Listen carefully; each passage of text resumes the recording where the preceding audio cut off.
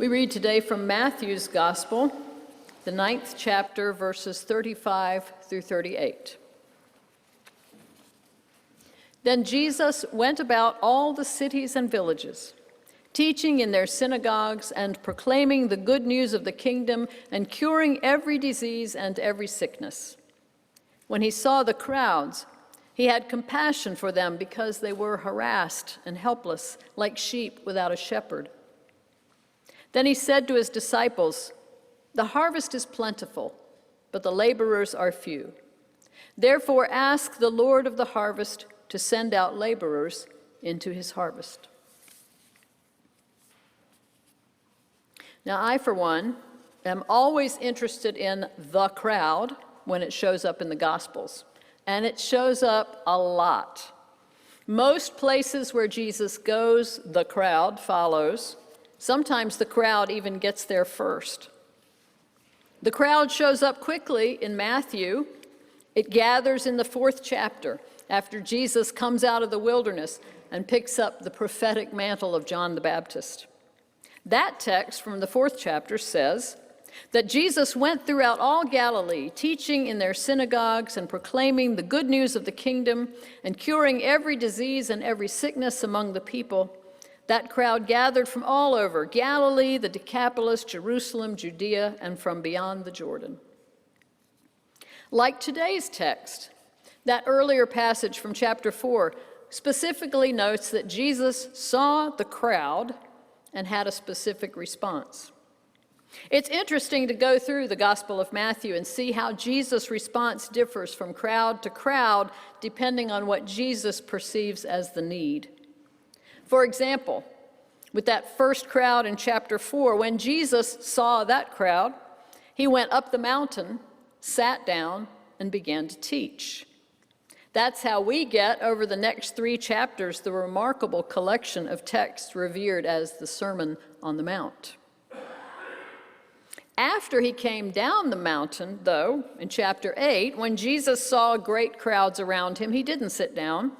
That time, he gave orders to go over to the other side of the Sea of Galilee. With those orders, he was taking his followers into a Gentile region, and he put the disciples through a terrifying storm on the way.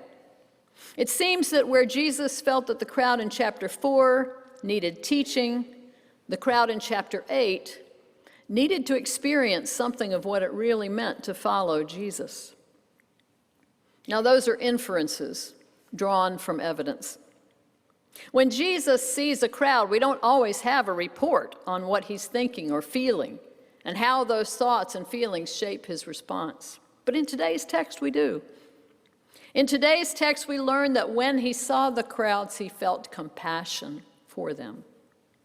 Now, you may find this hard to believe. I know I did. But in the Gospel of Matthew, this is the first time Jesus is said to have felt compassion. Now, that is not to assume that he didn't feel compassion before. I mean, this is Jesus, whose compassion we constantly trust and on whose compassion we constantly depend. But given that Matthew first makes note of it here, let's pause to wonder what it was about this particular crowd that brought forth compassion. They do sound pitiful, harassed, and helpless. The reason it says that Jesus feels compassion is that they are like sheep without a shepherd. So is this the part where Jesus will declare himself their shepherd? No, it is not.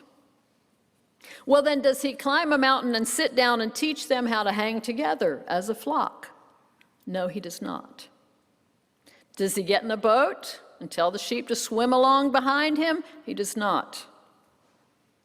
This time, Jesus looks at this particular crowd, and then he turns to his disciples and says, "Pray."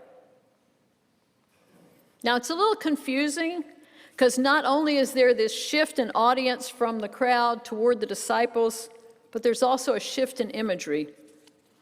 Despite seeing the crowd as harassed and helpless sheep, Jesus doesn't tell the disciples, "Pray for shepherds." He moves from flocks to fields. The harvest is plentiful, he says, but the laborers are few. Now, the editor in me, you all know her, she struggles with the mixing of metaphors, but the Bible reader in me knows that both of these images, flocks and fields, are prevalent throughout the scriptures, and both are important wherever they show up. So turning from the flocks, let's think about the harvest metaphor. In Matthew, the harvest first comes up with John the Baptist, preaching fiercely about wheat gathered into the granary.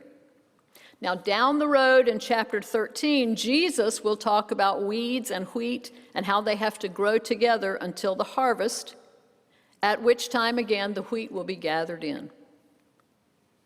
With all this emphasis on the gathering of the grain, plus an unhappy ending for the chaff or the weeds, we tend to read these texts as visions of a great ending, the end of the age, the end of the world.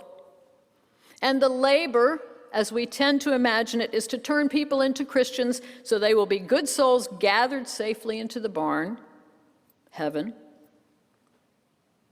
But think about this. Nobody gathers wheat into a barn just so it can rest in a nice warm place. And footnote, in that parable in chapter 13, laborers are not sent into the fields with the instruction to turn weeds into wheat. So possibly the vision of harvest here means something besides handing out tickets to heaven. Think about it. The whole reason for a harvest is to gather fruit, and the whole reason to gather fruit is so that people will be fed. Though today's translation does not make it clear, the crowd that moves Jesus to compassion is actually a hungry crowd. The Greek word that's translated in this version as harassed really means something more like fainting. And in chapter 15, when Jesus is specifically worried about a crowd that has not eaten, he says, "I do not want to send them away hungry, for they might faint," using that same Greek word. A fainting crowd needs nourishment. What can nourish a crowd? A fruitful field, so long as there are laborers to uncover and distribute the fruit. Without laborers, all that fruit would go to waste.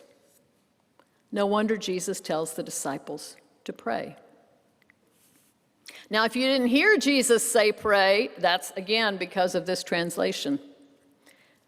Let me say, I do this sometimes. I got pretty deep into the translation this week. For a short and simple text, this one sure had a lot of words that I wanted to look up in the Greek, starting with that word harassed. And of course, I went on to look up other English translations, which led to looking up other Greek words. And before long, this little splash of text had become a sort of poetic flood, spreading across the sands and watering the desert with all kinds of new possibilities. And one of the words swirling in this flood was that simple word, ask. In the translation that you just heard, the New Revised Standard, Jesus says to his disciples, "Ask the Lord of the harvest to send out laborers into the harvest." But when I looked up the verb that's translated as ask, I found in the Greek something much stronger.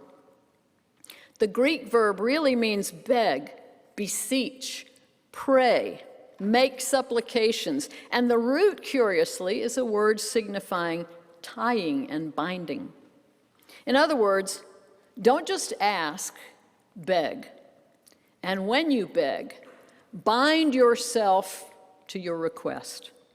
Beg so hard that your whole self is bound, not only to the prayer, but to however the prayer is answered.